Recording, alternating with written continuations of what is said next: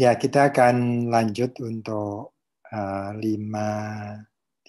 ya. 5.2.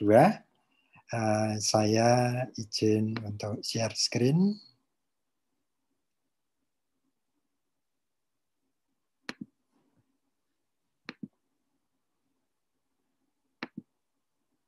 Ya, 5.2 ini hanya ada 2 kriteria ya. Saya bacakan dulu di slide-nya sudah nampak ya.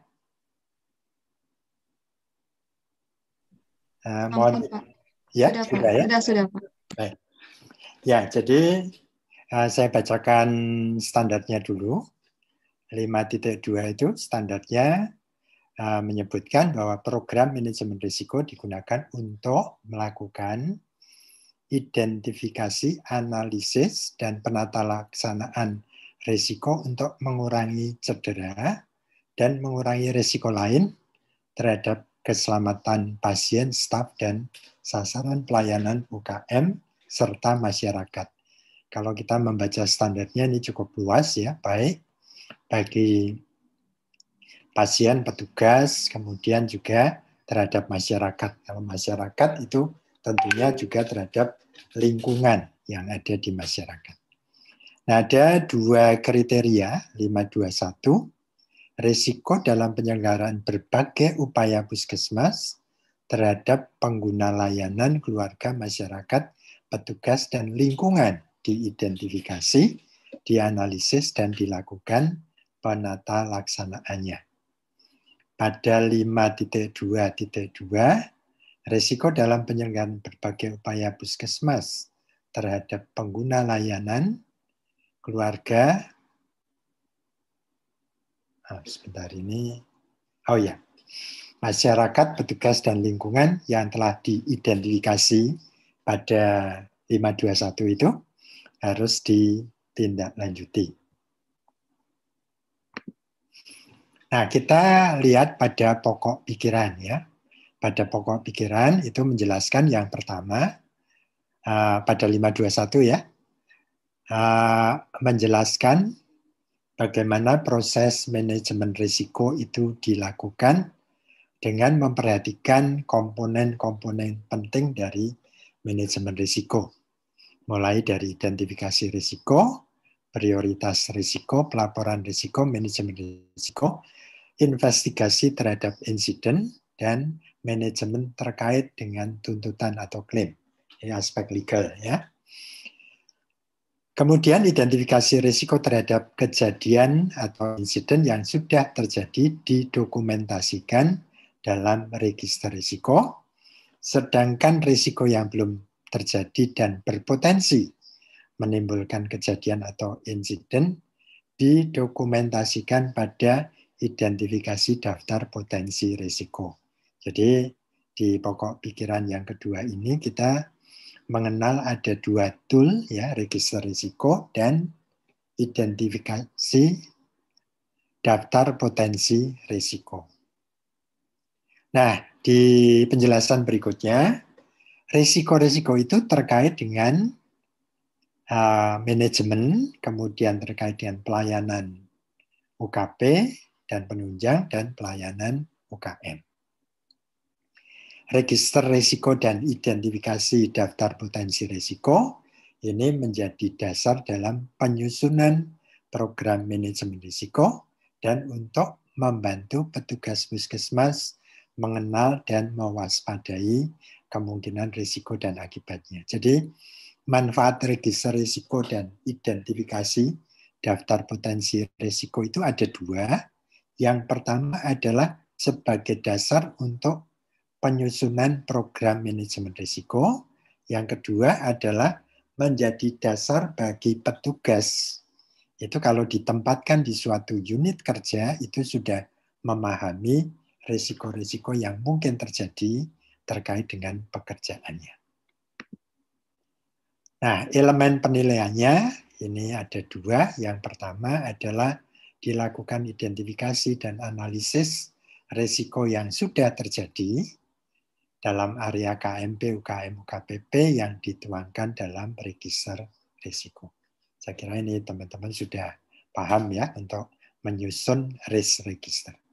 Kemudian pada elemen penilaian yang kedua, dilakukan identifikasi dan analisis potensi risiko yang belum terjadi dalam area KMP, UKM, dan UKPP yang dituangkan dalam identifikasi daftar potensi risiko.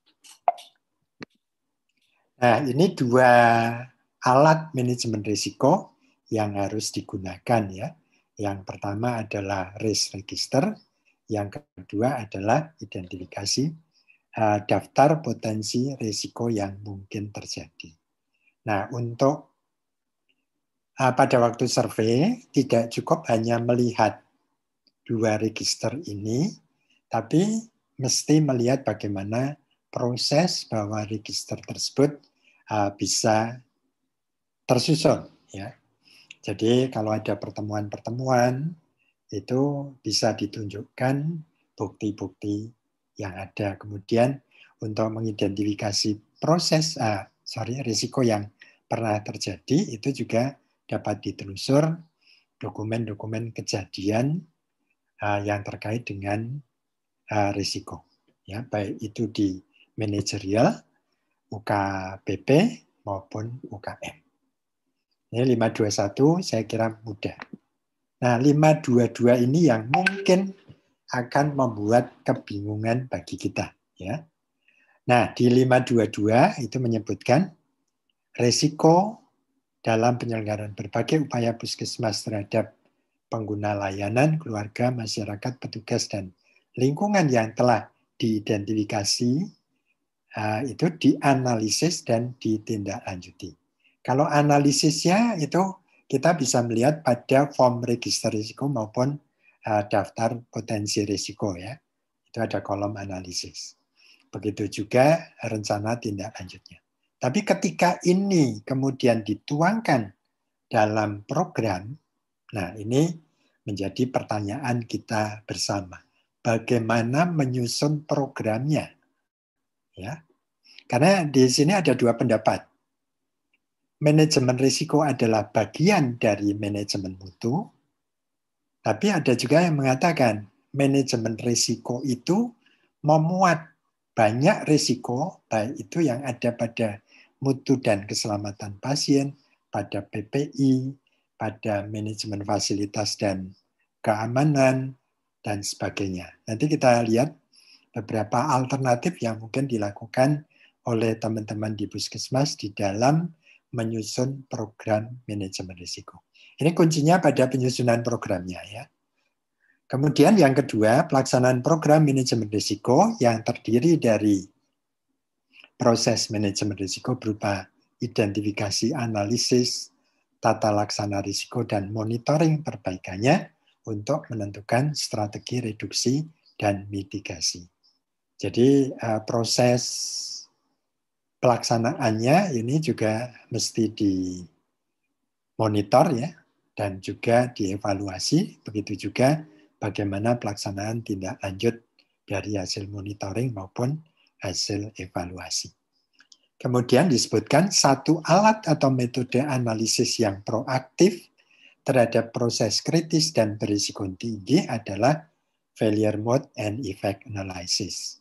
Untuk menganalisis minimal satu proses kritis atau berisiko yang dipilih setiap tahun. Nah, untuk menentukan proses prioritas ini melihat pada daftar potensi risiko yang tertinggi scoring risikonya ya. Jadi dasarnya itu. Ini bisa saja FMEA ini dilakukan untuk pelayanan UKPP, pelayanan UKM, maupun yang terkait dengan manajemen, bahkan finansial. Nah, kita melihat sekarang elemen penilaiannya. Ya.